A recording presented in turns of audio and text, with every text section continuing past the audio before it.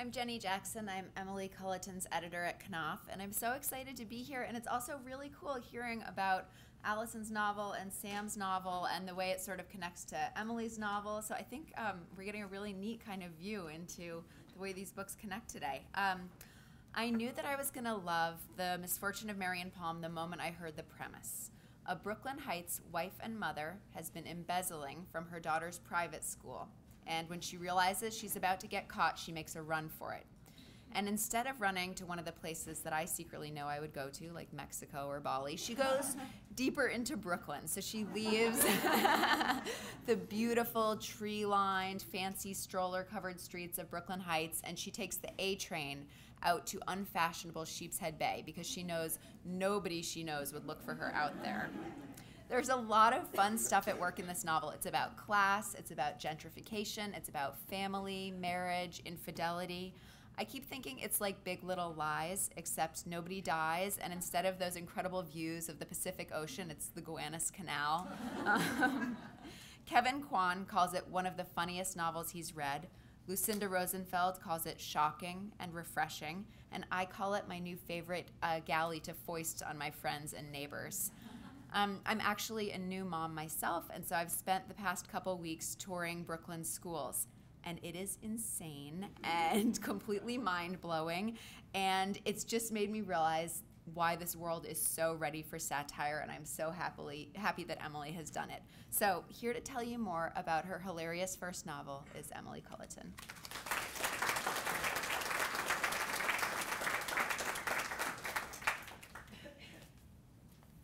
Hello. Thanks, Jenny.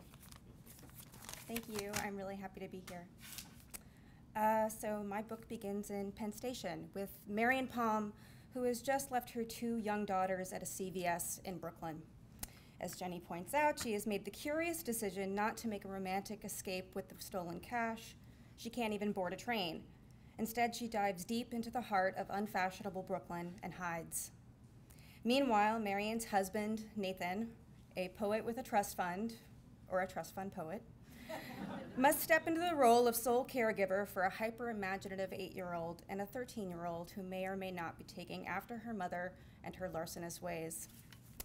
Nathan believes that he's been left. He has a tendency to sleep with women who are not his wife, and so he retreats into fatherhood, into his brownstone, and develops a casual case of agoraphobia and explores his urge to blog. So he's not exactly looking for Marion.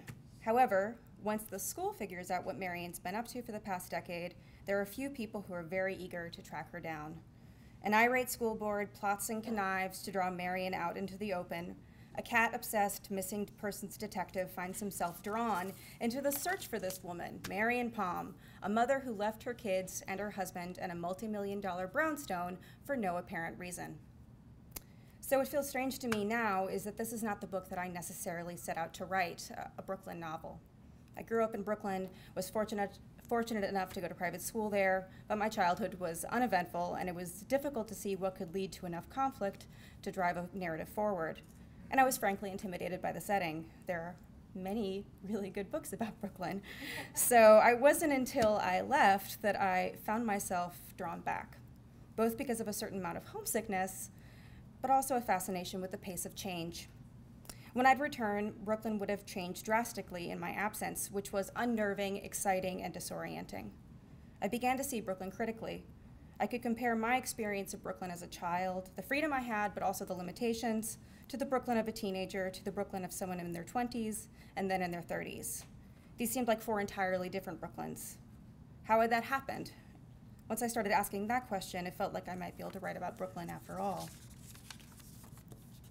I began this book in 2012. I just finished my MFA, and up until then, I'd only written short stories. It took me quite a while for me to wrap my head around this form of a novel, which seemed to have no true perimeters. It only needed to keep going. And I, the short story writer, kept trying to wrap things up after about 20 pages. So the process of writing a novel, I found, was about learning really basic things that I thought I already knew, but apparently didn't.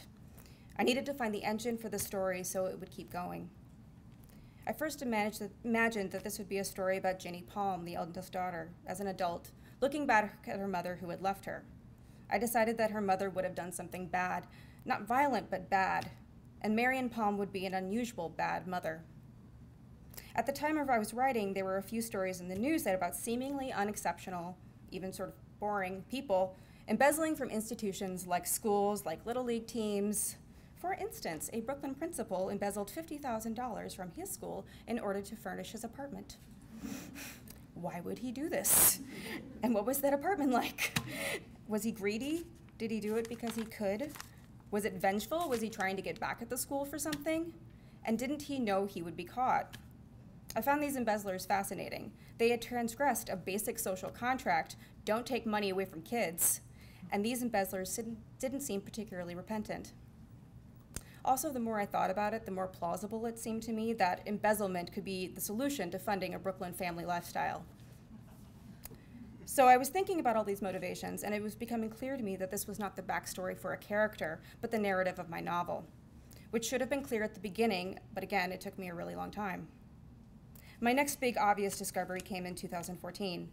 I'd once again moved away from Brooklyn to Denver. I had about 200 pages of the book, but it felt stalled, I felt stalled, and I had this feeling that a significant portion of it needed to be tossed. In the original version, Marion Palm takes off to Ohio. I suppose she was never the type to run off to Bali. And I was having difficulty fleshing out her plot. It just didn't feel right. So I was in Denver, and as a New Yorker, it was a tough transition. I couldn't exactly drive. I couldn't chit-chat. Random people would say hi to me on the street, and I would scowl at them. So a rough time. But it occurred to me that Marion Palm would have a tough time have as tough a time in Ohio as I was having in Colorado. And it might be so difficult that she probably wouldn't leave at all. I'd written her opening scenes in Penn Station, and I returned to that moment and had her, instead of getting on a train, walk back out onto the street, and from there, I knew what else my book was about. Again, very obvious discovery, a Brooklynite wants to write about Brooklyn.